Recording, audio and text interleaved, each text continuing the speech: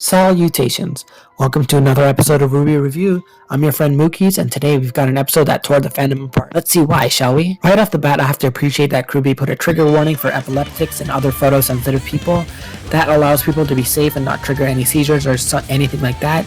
And I know some other companies probably wouldn't care enough to warn their viewers like this. It's a small thing, but it's an accessibility thing, and it's a good thing they've included it.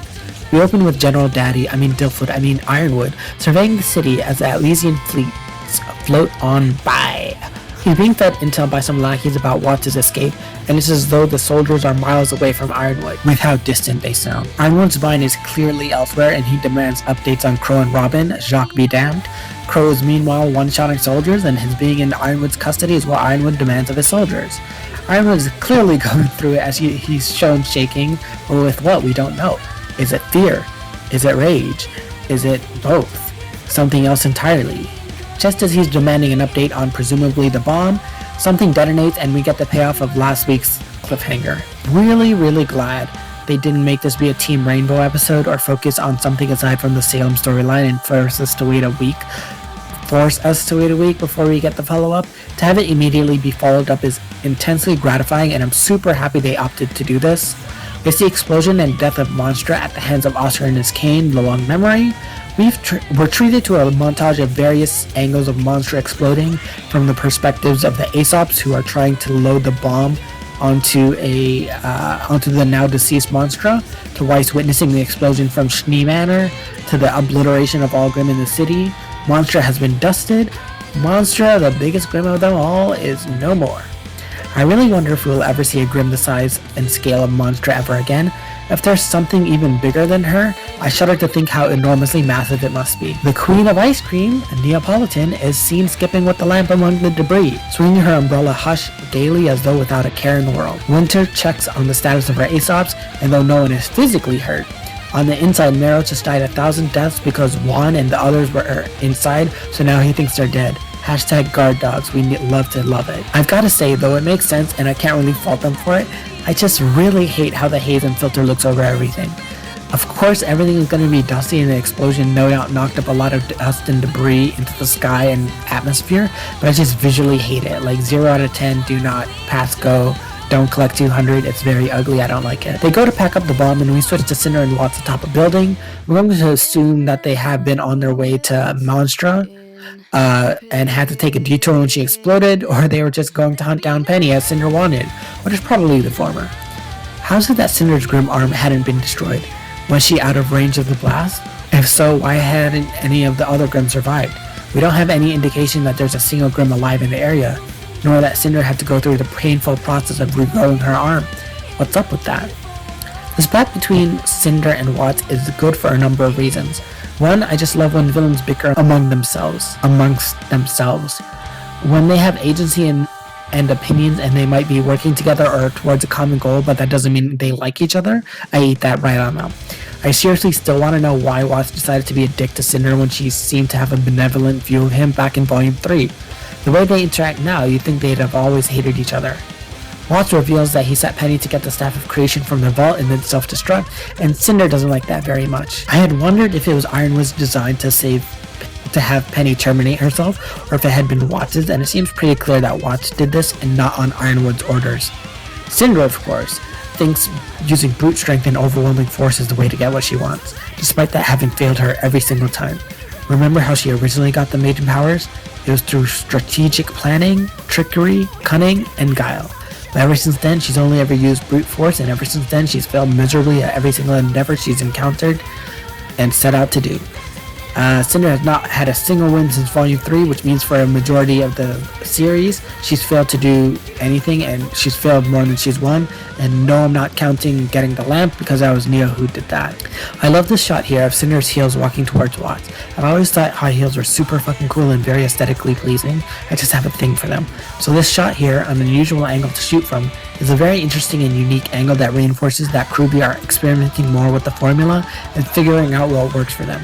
the scene of Tyrion and Mercury immediately comes to mind. Watts recognizes that Cinder is 100% willing to throw him to his death as Salem isn't here to hold her accountable for it, and the dawning look of terror and realization on his face is so masterfully crafted that I think it's honestly one of my subtly favorite expressions ever. Like, it's just really, really fucking good. Jesus, this Grim really is eating her body right on up. The exposed underlying musculature is really fucking disgusting and gross, and her arm looks even more deformed and beyond the grim parts than normal, and thanks, I hate it. Cinder gives Watts a trite speech about killing him and then doing what's on her one-track mind, and this leads to the second reason why this scene is so great. Cinder, despite ironically being the one with fire powers, gets absolutely, utterly roasted. I honestly didn't expect this. I expected Watts to be fucking terrified, and he clearly was, but his derision of Cinder won out. The cojones on this man is absolutely fucking galactic. I also really thought that Cinder was either going to drag him into a swirling vortex of an inferno, or extend it so it would incinerate Watts like he was a Grim and obliterate him. Like, I really thought the show was going to have Cinder actually kill him. The sense of hesitation and tension was so good in that scene. I'm really surprised and really relieved that it didn't. Though I started out hating Watts, I've actually grown to enjoy him. Same with Tyrion. Oh god, what's happening to me? The reason I love this scene is threefold. 1, Cinder absolutely fucking deserved it. 2, it's ironic and absolutely hypocritical of Watts. He tears into Cinder with this diatribe about how she has to be worthy, not just deserving.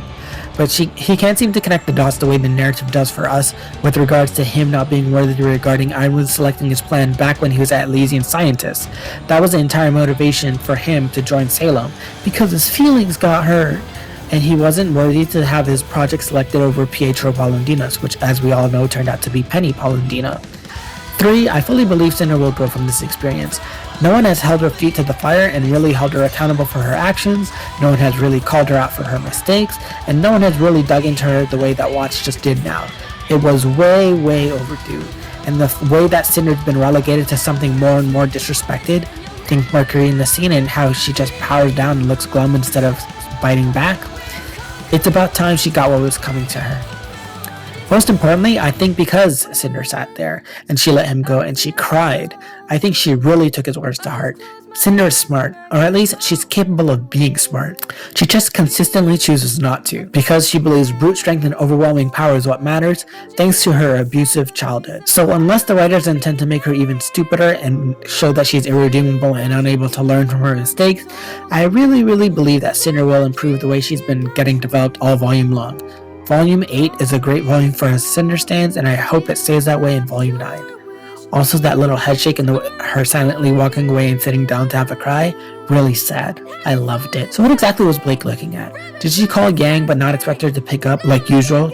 So she checking out Penny or something? I want to know what's going on here, because it's really odd that she would call Yang and not even look at the screen while waiting for her to pick up. She said Yang, Jean, not you. The way Emerald held her hands here as dust fell about her is evocative of the way that Salem did much the same when humanity died and she was given immortality. No, I'm with Blondie. That was amazing. I love when people who disagree with each other agree on hating each other. And John is saying that because he knows the part she played in Pyrrha's death. Okay, King, get mad. We love to see it. Just as long as it doesn't take too much screen time away from someone else. From everyone else, to be honest. You don't have to forgive her. You have every reason to feel that way. Just maybe give her a second chance. How do you give someone a second chance without forgiving them? Make it make sense, Oscar. Emerald thinking about Hazel and the parallels between them when Oscar was talking about Ozpin.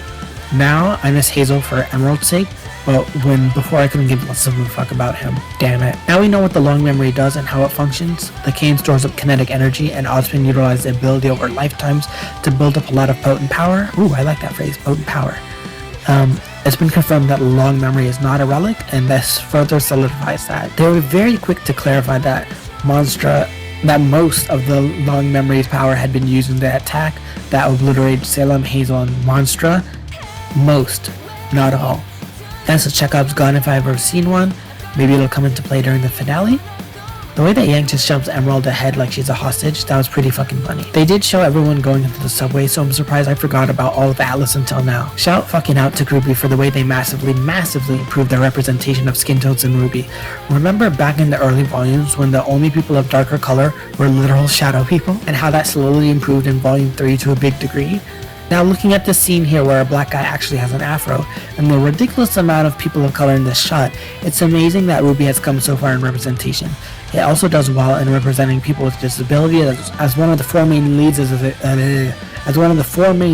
a disabled person, and we're not doing too bad on representing us in the alphabet soup community. Still could be better though. Have Sun and Neptune kiss. Hashtag Sea Monkeys for life. Everyone's seeing firsthand how her actions and siding with the bad guys have caused the people this amount of suffering. Parallels her seeing the exact same in Volume 3 when she noted that all the death and destruction looked almost sad. Iron Booty, you'll love to see it. Harriet needs to die. Honestly, it should have been her, not fucking Clover. I know narratively it had to be Clover, but did it? Harriet's just a piece of shit person, and I can't wait until she fucking gets hers. So now you're lamenting not being villainous enough? Harriet, fucking die, bitch, die, fucking die. Love his lay motif as he crushes his deaths. This can't be good. He's giving me really intense villainous vibes. Red flags, red fucking flags. I love this scene. The way Neo taunts Cinder. The way that Neo's contact photo in Cinder's scroll looks like it was taken without Neo's permission. The way Neo says, your boss may not stay dead, but you will without this. And with the fucking winky smiley face, you'll love to see it, and I love everything about this scene. Also, I really want to know, how did Cinder take that photo? Did she use her grip arm to get up close to Neo's face? Like, I need the backstory behind that. It's just so funny how she looks in there. It's a really cute little gag. How did Neo take that photo with the lamp though? When neither hand is holding her scroll? Did she set it up against some rocks or a building and set it to a timer? What was Neo going to say when she was typing before the scene changed? I love the little twirl and kick of RWBY's feet as she hugs her sister, and I love the song already.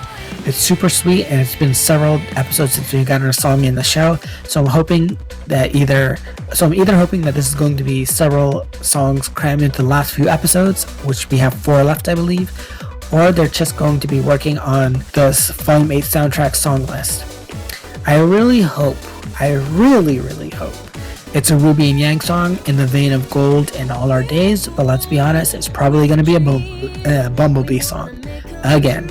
Which, I mean, sure, I'm 100% on the Bumblebee train, but it would be nice to have some sisterly songs about the Rose Xiao Long sisters, since we haven't gotten any since Volume 2, whereas we had several Bumblebee songs such as Bumblebee, All That Matters, Nevermore, and so on. Also, holy shit, Yang's cupping of Blake's cheek and her blushing. If you think they're not dating by now, you're incredibly wrong. But if it turns out you're right and RWBY was just queerbaiting us all along for the views, I will never forgive them and I will never trust again. Also, just fucking kiss it already. How many times are you gonna forehead touch? Kiss. Stop teasing with it. Stop teasing us with it. Just fucking kiss. Oh my god, kiss. Where's Nora? Renora reunion when? That was hard to say. Oscar holding out his hands only to not get a hug when RWBY notices Emerald is hilarious. May keeps calling them kids, but how much older is she than them? Okay, this was super cute how Blake immediately covered her fondest cat ears at the high-pitched beeping, because of course she has super sensitive hearing. If Yang's even covering her ears, it must have been hell for Blake. Okay, let's talk about this. So really leaning into this, Ironwood is a complete villain now plotline. Just last volume he was a precious ally. Then he wanted to leave Mantle to its death. Then he shot Oscar to what I would presume would be his death. Then he killed Councilman Slate, which actually resulted in a death. Then he conspired with Watts to control Penny. Then he wanted to blackmail Penny using Yang, Jean, and Ren's lives. Then he blew up some rescue ships. And now he's standing in the dark like a uber hammy and on-the-nose fucking Saturday morning cartoon supervillain with no sense of nuance, which he literally ironically is now, since RWBY airs on Saturday mornings, and is threatening to kill all of Mantle if he doesn't get his way. What the fuck? Look, if you wanted Ironwood to be an antagonist, by all means, that could be interesting. In fact, it was interesting for the first beginning portion of this volume, but now there's no redeeming Ironwood, just like there was no redeeming Adam after he tried to decapitate Blake in his first on-screen appearance in the current timeline at that point in Volume 3. Why do I bring up Adam into this? My reasons are twofold. One, I'm still bitter and not over what happened to him in Volume 3. and what they did to him in Volume 3, and 2, they're doing to James Ironwood what they did to Adam Torres. The vilification, the no sense of nuance, the no character depth, the flanderization, the flattening of his character to a one-dimensional villain, the super hammy and ridiculously stereotypical villainous behavior and dialogue. It's like no one is allowed to disagree with Team RWBY or be diametrically opposed to them, or have opposite goals, or be an antagonist to them without being flat out literal fucking supervillains. Because Team RWBY is always in the right, they're always good, and they're always the paragon, and anyone who dares defy them is on the road to villainy in less than a volume's time. Remember when there was a nuance about how Team RWBY might be wrong for doing what Ozpin did and keeping secrets from Ironwood the way Ozpin did to them? And now it feels like they're retroactively justified because Ironwood is a literal dictator, a villain, and a fucking joke? I'm not too fazed by it. I've already been through this literally half a decade ago, 5 years past, when they did this to Adam Torres. I've been through it before. That's not my first time. I know this like the back of my hand. It's only a matter of time before they kill Ironwood now. Who cares if Ironwood is a good person? Who cares if Glinda Goodwitch, who's known him forever, knew him to be a good man? Who cares if Ironwood has been nothing but helpful and calming, comforting, and a good presence since Volume 2 when he was introduced? Remember when he congratulated RWBY and thanked her for taking decisive action and trusting herself and acting like a huntress? And now that she's doing the same thing, he's damning her for it? Where's the nuance? Where's the shades of gray? Where's the situational complexity? Why is it all or nothing with these people? Why can't there be an antagonist for Team RWBY that isn't a villain, whose goals are either opposed to Team RWBY's or they want the same goal but different ideas of how to get there? Why can't Team RWBY be wrong for once? Why can't RWBY be wrong for once? Why is it always whoever disagrees with them becomes flattened into a one-dimensional, pathetic excuse for a villain?